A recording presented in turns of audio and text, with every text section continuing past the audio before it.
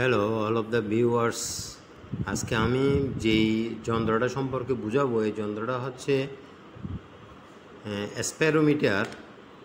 এই যন্ত্রটা এটা দেখতে অনেকটা এরকম, এই জিভে বসানো হয় স্প্যারোমিটার। এটা সে যে আমরা কাঁচ প্লেট বা লেন্সের পুরুত্ব নির্ণয় করে থাকি, অর্থাৎ এটা কতটুকু পুরু সেই জিনিসটা আমরা এই যন্ত্রের সাহায্যে নির্ণয় করে থাকি। স্প্যারোমিটার, এই স্প্যারোমিটারের মধ্যে দুইটা স্কেল থাকে। একটা হচ্ছে রৈখিক স্কেল, এটাকে বলা হয় যে রৈখিক স্কেল। এখানে মিলিমিটারে দাগ, 0 থেকে উপরের দিকে গেলে প্লাস, আর 0 থেকে নিচের দিকে গেলে হচ্ছে মাইনাস। এখানে প্রতিটি দাগ হচ্ছে 1 মিলিমিটার করে। এখানে 10 মিলিমিটার পর্যন্ত আছে। উপরের দিকে +10, নিচের দিকে হচ্ছে -10। আর এখানে আরেকটা স্কেল আছে, এটাকে বলা হয় যে ঘূর্ণায়মান স্কেল। সার্কুলার স্কেল হচ্ছে যে এটা, এখানে 0 থেকে শুরু করে 90 এর পরে আবার সামনের দিকে আসলে 100, অর্থাৎ এখানে 0 থেকে 100 পর্যন্ত কতগুলো ক্ষুদ্র ক্ষুদ্র দাগ আছে। এগুলোর কোনো একক নেই। তবে এই লিনিয়ার স্কেল যেটা, এই লিনিয়ার স্কেল এটার একক হচ্ছে, এক দাগ হচ্ছে 1 মিলিমিটার করে। এই যন্ত্রটা দিয়ে পরিমাপ করার আগে প্রথমে দেখব যে এই যন্ত্রটাতে কোনো যান্ত্রিক ত্রুটি আছে কিনা। যান্ত্রিক ত্রুটি আছে কিনা কী করে বুঝবো? যান্ত্রিক ত্রুটি আছে কিনা সেটা বোঝার জন্য এখানে আগে একটা জিনিস দেখে, এখানে 3টা সূচালো পা আছে, মাঝখানে একটা পা। এই যে এটা যেটা আমি ঘুরাচ্ছি সেটা হচ্ছে মিডল পয়েন্ট। এটা এই মিডল পয়েন্টে একটা পা আছে, আর 3টা পা হচ্ছে ফিক্সড। মিডল পয়েন্টে পাটা হচ্ছে ঘূর্ণায়মান। এটা ঘুরালে মিডল পয়েন্টের পাটা এইভাবে ঘুরবে। এটাকে কোনো একটা সমতল প্লেটের উপর এইভাবে রেখে আমরা যখন 3টা পা যখন এইভাবে, এই যে মাঝখানের পা যেটা আছে, মাঝখানের পাটাকে এটার সাথে বাজিয়ে দেব। মাঝখানের পাটা, এটা দেখা যাচ্ছে না, মাঝখানের, অর্থাৎ 4টা পা একসাথে সমতল প্লেটের সাথে ফিক্সড হবে। তখন দেখব যে এটা লিনিয়ার স্কেল বরাবর এই 0 দাগের মধ্যে থাকবে। লিনিয়ার স্কেলের যে 0 দাগ বরাবর যদি মিলে যায়, 4টা পা একসাথে কোনো সমতল প্লেটের মধ্যে বসা অবস্থায় যদি এটা 0 দাগের সাথে মিলে যায়, তাহলে বুঝতে যে এটাতে কোনো যান্ত্রিক ত্রুটি নেই। এখন বের করতে হবে যে এটা লঘিষ্ঠ ধ্রুবক। লঘিষ্ঠ ধ্রুবক কীভাবে বের করব? লঘিষ্ঠ ধ্রুবক ঠিক মাইক্রোমিটারের মতো করে এটাকে আমরা এক পাক ঘুরিয়ে নিয়ে আসব। এক পাক ঘুরাবো এদিকে, সম্পূর্ণ এক পাক ঘুরাবো এটা। এই 0 দাগ যদি মিলে যায়, এই লিনিয়ার স্কেলে 0 দাগ আর সার্কুলার স্কেল 0 দাগ, সমতল প্লেটের উপর আমরা যখন বসাবো তখন এইভাবে মিলে যাবে। সমতল প্লেটের উপর 4টা পা বসবে এবং 0 পয়েন্ট মিলে যাবে। এই সার্কুলার স্কেল 0 দাগ এবং লিনিয়ার স্কেল 0 দাগ যদি মিলে যায়, তাহলে বুঝতে যে এটাতে কোনো যান্ত্রিক ত্রুটি নেই। এবার বাইর করব কি পিচ কেমনে বাইর করব? ঠিক একইভাবে এই সার্কুলার স্কেলটাকে সম্পূর্ণ এক পাক ঘুরিয়ে আনবো এদিকে। 0 থেকে 10, 20, 30, 40, 50, 60, 70, 80, 90, আবার 0। এই 0 থেকে ঘুরে 0তে আসছে, মানে 100। তখন দেখা যাচ্ছে যে এটা লিনিয়ার স্কেলের মধ্যে কয় দাগ? 1 দাগ অতিক্রম করছে। 1 দাগ হচ্ছে 1 মিলিমিটার, তাহলে এটার পিচ হচ্ছে 1 মিলিমিটার। তাহলে আমরা হিসাব করি, এই যে স্প্যারোমিটার আছে করাবো, স্প্যারোমিটার, এটার পিচ হচ্ছে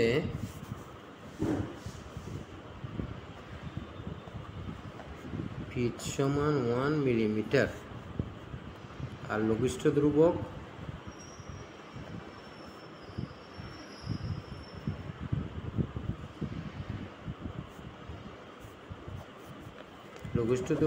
কীভাবে বাইর করব?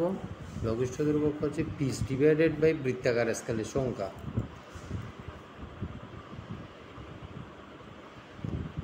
বৃত্তাকার স্কেলের সংখ্যা হচ্ছে কত? 100। এই তাহলে পিচ হচ্ছে 1 মিলিমিটার আর বৃত্তাকার স্কেলের সংখ্যা হচ্ছে 100। 1 মিলিমিটারকে 100 দিয়ে ভাগ করলে কত হয়? 0.01 মিলিমিটার। এটা হচ্ছে লঘিষ্ঠ ধ্রুবক এলসি, যেটাকে বলি আমরা এলসি, লিনিয়ার কনস্ট্যান্ট বলে এটাকে এলসি। এলসি হচ্ছে আমাদের কত? 0.01 মিলিমিটার। এখন আমরা আজকে একটা কাঁচ প্লেটের পুরুত্ব নির্ণয় করে দেখাবো যে কাঁচ প্লেটের পুরুত্বটা কেমন নির্ণয় করবো। যেমন এই ধরনের একটা কাঁচ প্লেট, এই কাঁচ প্লেটে এটা পুরুত্ব নির্ণয় করবো। প্রথমে করবো কি, এটাকে এরকম করে সমতল প্লেটের উপর বসাবো। এরকম একটা সমতল প্লেট, এই সমতল প্লেটের উপর বসাবো এইভাবে। তাহলে সমতল প্লেটের উপর যখন বসাবো তখন এখানে সমতল প্লেটের উপর বসানোর পর এটার চারের উপরটা পা একসাথে বেজে যাবে, এটা সহ একসাথে বেজে যাবে। এই জিনিসটা আমি একটু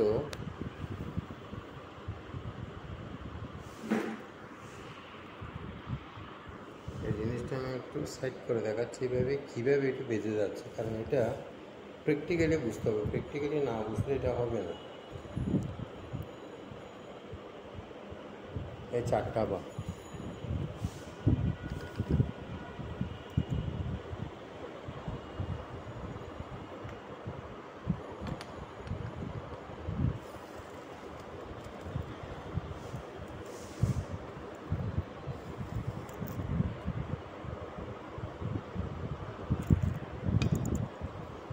বা একসাথে এইভাবে ঠিক এইভাবে বেজে যেতে হবে, ঠিক আছে? এখন স্পষ্টভাবে দেখা যাচ্ছে এই 4টা পা একসাথে বেজে গেছে। মাঝখানের পাটা 3 পাশে 3টা পা এবং মাঝখানের একটা পা একসাথে বেজে যাবে। এখন এই অবস্থায় আমরা লিনিয়ার স্কেল এবং সার্কুলার স্কেল, লিনিয়ার স্কেল কততে আছে এবং সার্কুলার স্কেল কততে আছে আমরা এই রিডিংগুলো নেব। এই লিনিয়ার স্কেল দেখা যাচ্ছে এখানে 0-তে, লিনিয়ার স্কেল 0-তে, আর সার্কুলার স্কেল হচ্ছে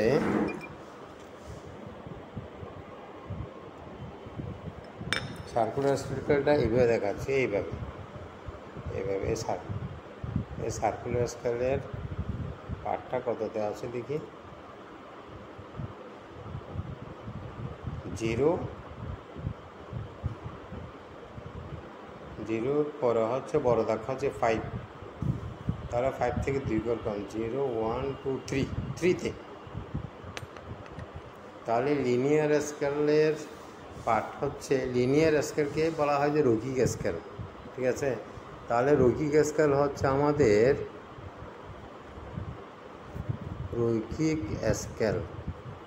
রৈখিক স্কেলকে আমরা প্রকাশ করি যে এ দিয়ে,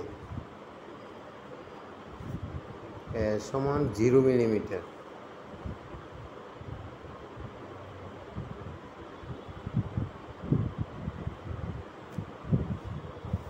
আর চক্রাকার স্কেলকে প্রকাশ করা হয় যে বি দিয়ে।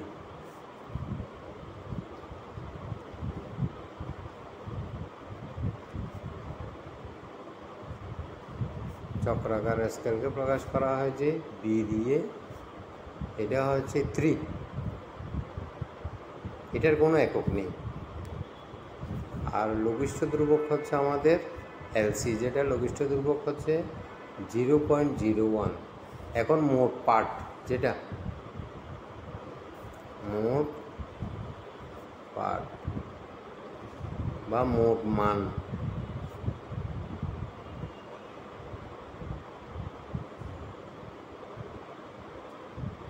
এটাকে ধরা হয় যে আরবি সমান এ প্লাস বি ইন্টু এলসি। এর মান হচ্ছে 0 মিলিমিটার প্লাস বির মান হচ্ছে 3 ইন্টু 0.01 মিলিমিটার। তাহলে এগুলো হিসাব করলে হচ্ছে কত? 0.03 মিলিমিটার। এটা হচ্ছে আরবি। আমি যে হিসাবগুলো করেছি এখন হিসাবগুলো দেখাচ্ছে, যে এই হিসাবগুলো, এই যে পিচ হচ্ছে 1 মিলিমিটার, তাহলে লঘিষ্ঠ দুর্ভোগ হচ্ছে পিচ ডিভাইডেড বাই বৃত্তাকার স্কেলের সংখ্যা 100। পিচকে লঘিষ্ঠ দুর্ভোগকে এলসি দ্বারা প্রকাশ করে 0.01 মিলিমিটার। আরেকটা হচ্ছে কি, এখন যেটা পার্ট নিলাম রৈখিক স্কেলে পার্ট হচ্ছে 0 মিলিমিটার, আর চক্রাকার স্কেলে পার্ট হচ্ছে 3। লঘিষ্ঠ দুর্ভোগ হচ্ছে 0.01। তাহলে মোট মান আরবি ধরা হয় এটাকে, মানে সমতল কাঁচ প্লেটের পার্ট নাম বলা হয় এটাকে A + B × LC। এই সূত্রের মধ্যে বসায় দেবো, হচ্ছে কত 0.03 মিলিমিটার। এটা কিসের জন্য? এটা হচ্ছে সমতল কাঁচ প্লেটের জন্য, সমতল কাঁচ প্লেট আরবি।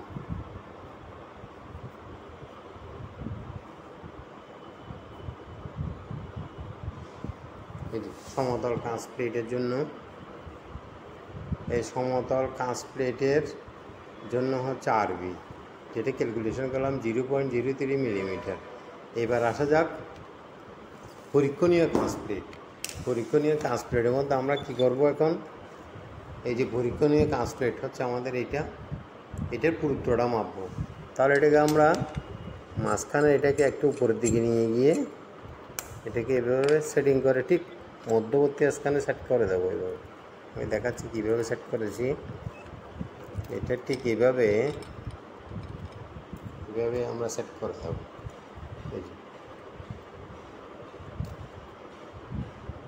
ঠিক আছে, ঠিক এইভাবে আমরা সেট করবো এটাকে, মানে মাঝখানের যে সিলিন্ডার যেটা আছে এটাকে একটু করে উপরের দিকে তুলে পরীক্ষণীয় কাঁচ প্লেট যেটার পুরুত্ব আমরা নির্ণয় করব সেটাকে এখানে মাঝখানে বসিয়ে এটাকে ঠিক আবার আলতোভাবে এভাবে আলতোভাবে চেপে দেব, যেন চারোটা পা যেন একসাথে টাচ করে।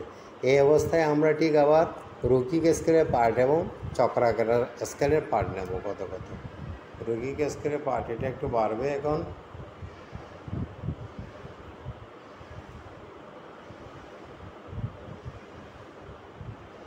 রৈখিক স্কেলের পার্ট হচ্ছে আমাদের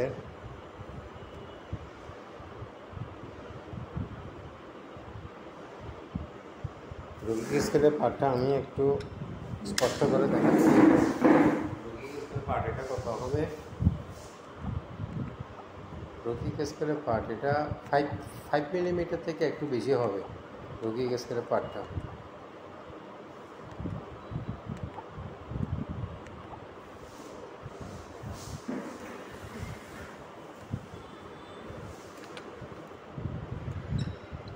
এটা একটু করে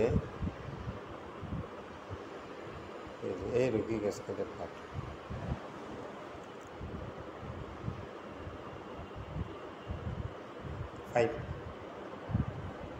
জিরো থেকে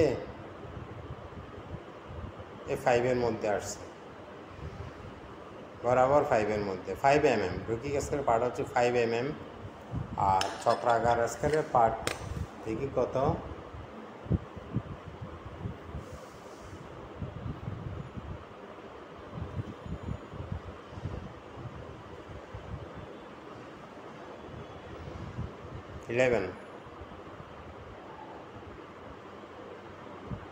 চক্রাকার স্কেল পার্ট হচ্ছে 11-এ দেখাচ্ছে এটা চক্রাকার স্কেলের পার্ট। তাহলে ঠিক একই রকম করে আমরা আবার এগুলো রিডিংগুলো নেব। রৈখিক স্কেলের পার্ট, চক্রাকার স্কেলের পার্ট হিসাব করে আবার আরেকটা রিডিং নেব। এটা হচ্ছে পরীক্ষণীয় কাঁচ প্লেটের জন্য। এখানে এর মান হচ্ছে যে আমাদের এর মান হচ্ছে 5 মিলিমিটার, আর বির মান হচ্ছে 11, আর লঘিষ্ঠ ধ্রুবক এলসি হচ্ছে 0.01 mm। তাহলে এটা হচ্ছে পরীক্ষণীয় কাঁচ প্লেটের জন্য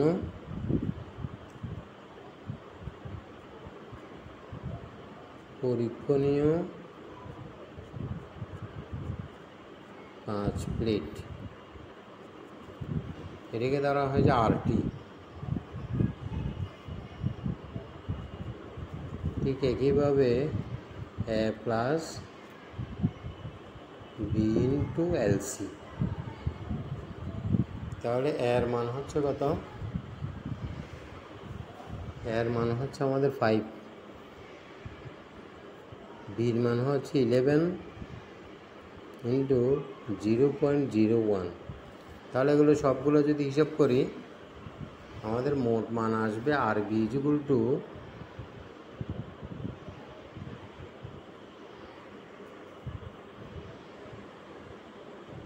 5 mm প্লাস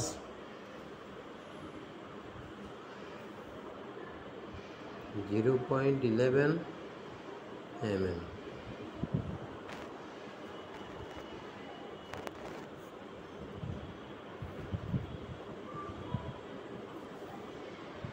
আরটি এটা হচ্ছে আরটি এর মান, এটা হচ্ছে আরটি এর মান।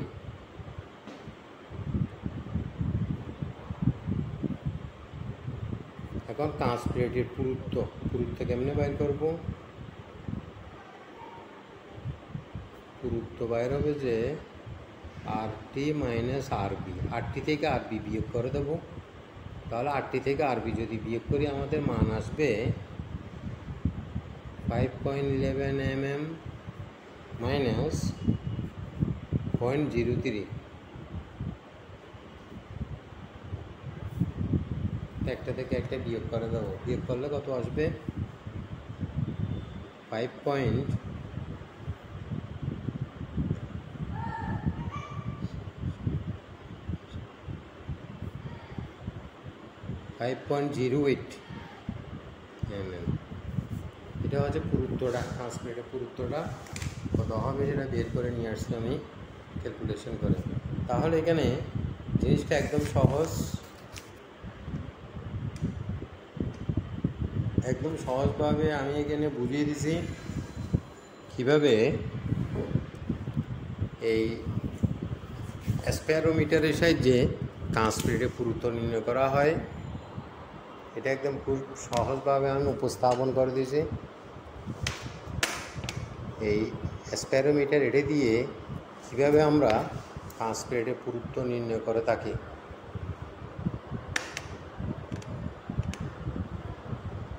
তো আজকে তাহলে এই স্প্যারোমিটার এটা সম্পর্কে বুঝালাম।